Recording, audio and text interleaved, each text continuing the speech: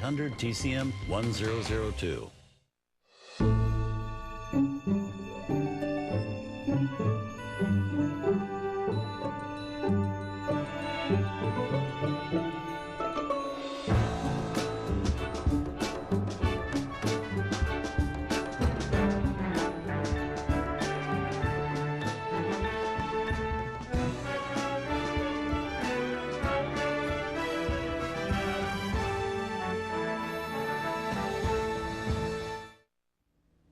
Hi, I'm Robert Osborne. Each Wednesday in May, we've been honoring the sunny and adorable June Allyson as our star of the month. And right now we have June for you in 1944, the year she became a bona fide star for the first time, thanks to her likability, her great likability, in 3 1944 movies. First, Two Girls and a Sailor with Van Johnson, then Meet the People, which June had a supporting role to stars Lucille Ball and Dick Powell. Then she made our movie, in which June is very much in the spotlight, but having to survive in a film that focused on 7-year-old Margaret O'Brien at her peak as a movie moppet. The movie is called Music for Millions. It's part musical, part drama. Turned out to be a giant movie hit in 1944.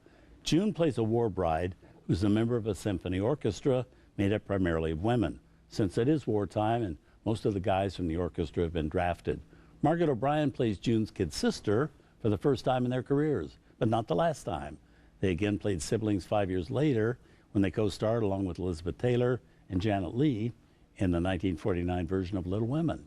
Our movie was produced by the prolific Joe Pasternak, who loved making musicals which would emphasize both highbrow and middle ground music, as well as to introduce Carnegie Hall level musicians and singers to average movie audiences. In this case, the famed pianist Jose Iturbi is very much involved, also the harmonica wizard Larry Adler. And just so Pasternak could never be accused of being too artsy, there's also Jimmy Durante and there's Hugh Herbert. After this, June Allyson could pretty much write her own ticket in Hollywood. The camera loved her, audiences loved her, and the fates had been exceptionally kind to her. I mean, she'd landed, ambitious but unknown, at the MGM studios in Hollywood, the perfect place for her, with all the resources needed to make her a star. Now, it's rarely been written about, but June's rise at MGM did unintentional harm to Donna Reed's becoming a bigger star at that studio.